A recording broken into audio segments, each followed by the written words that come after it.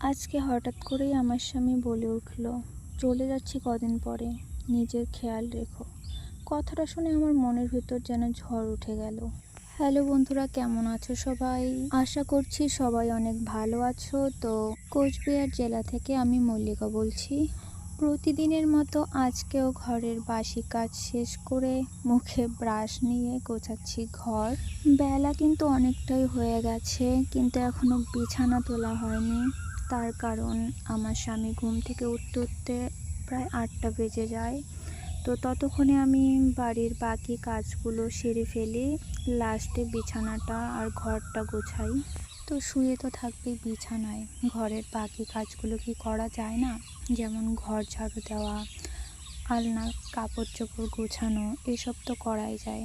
কিন্তু না, উনি যতক্ষণ ঘুমিয়ে থাকবে ততক্ষণ ওনার কানের কাছে কোনো আওয়াজ করা যাবে না। বলতে গেলে ওনার কানের কাছে যদি কোনো মাছিও ভনভন করে, তার দিকেও প্রচণ্ড রেগে যায়।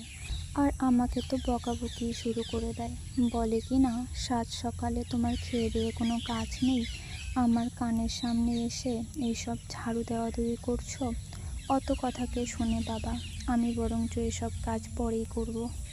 তোমাদের সঙ্গে কথা বলতে বলতে এদিকে আমার বিছানা ঘর সব গোছানো শেষ। তো এখন আমি ঝাড়ু দিয়ে নিচ্ছি। ঝাড়ু দিয়ে চলে গেলাম কলে হাত মুখ ধোয়ার জন্য। হাত মুখ ধুয়ে চলে আসলাম ঘরে।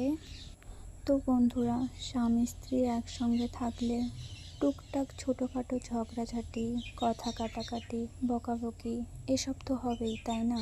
আমার তো মনে হয় একটা সম্পর্ক ততক্ষণই স্বাভাবিক থাকে যতক্ষণ দুজনের মধ্যে ছোটোখাটো ঝামেলা, কথা কাটাকাটি, রাগারাগি, গাল ফুলিয়ে থাকা, এইসব চলতে থাকে। হয়তো ঠিকই বলে লোকে, যে সম্পর্কে ঝগড়াঝাটি বেশি সে সম্পর্কে ভালোবাসাও বেশি। হাজারো ঝগড়াঝাটির পরেও কিন্তু দুজন দুজনের পাশে খারাপ সময় ঠিকই থাকে। আমাদের সম্পর্কটাও ঠিক তেমনই। এতদিন কতই না ঝগড়াঝাটি করেছি ওর সাথে, আর আজকে চলে যাবে শুনে মনটা ভীষণ ছটফট করছে। হাত মুখ মুছে, মাথা আঁচড়ে, চুল বেঁধে চলে গেলাম রান্নাঘরে। তো আমার ছোটো যা বসিয়েছে রান্না, আমিও বসে বললাম সবজি কাটতে। আর আমার শরীরটা কিন্তু এখন বেশি ভালো নেই, ডাক্তারও বলেছে রেস্টে থাকতে, কোনো কাজ না করতে। তাই বাড়ির বেশিরভাগ কাজটা কিন্তু এখন আমার ছোটো যাকেই করতে হচ্ছে। ডাক্তার রেস্টে থাকতে বলেছে দেখে কিন্তু আমি একেবারেই শুয়ে বসে থাকি না। আমার নিজের কাজগুলো কিন্তু আমি সবসময় একা করারই চেষ্টা করি, আর বাদ বাকি কাজগুলো টুকটাক যতটা পারি করি। তো সবজি কেটে ধুয়ে একেবারে রেডি করে দিয়ে চলে আসলাম ঘরে। খাওয়ার আগে কিছু ওষুধ ছিল খাওয়ার জন্য।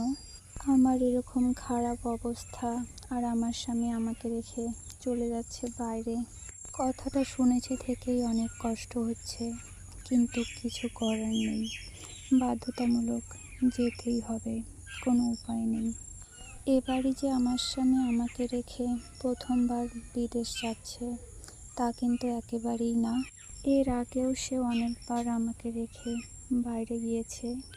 বছরের বেশিরভাগ সময়ই আমার স্বামী বাইরে থাকে, তবুও এবার যেন কষ্টটা আমার একটু বেশি হচ্ছে, আর ভয়ও করছে অনেক। এই দিনগুলোই হয়তো হবে আমার জীবনের সবথেকে বড় কষ্টের দিন। আমার এরকম অবস্থাতেও যে আমি তাকে পাশে পাবো না, কাছে পাবো না, এরকমটা প্রথমবার হতে চলেছে আজ। দেখা যাক কি হয়।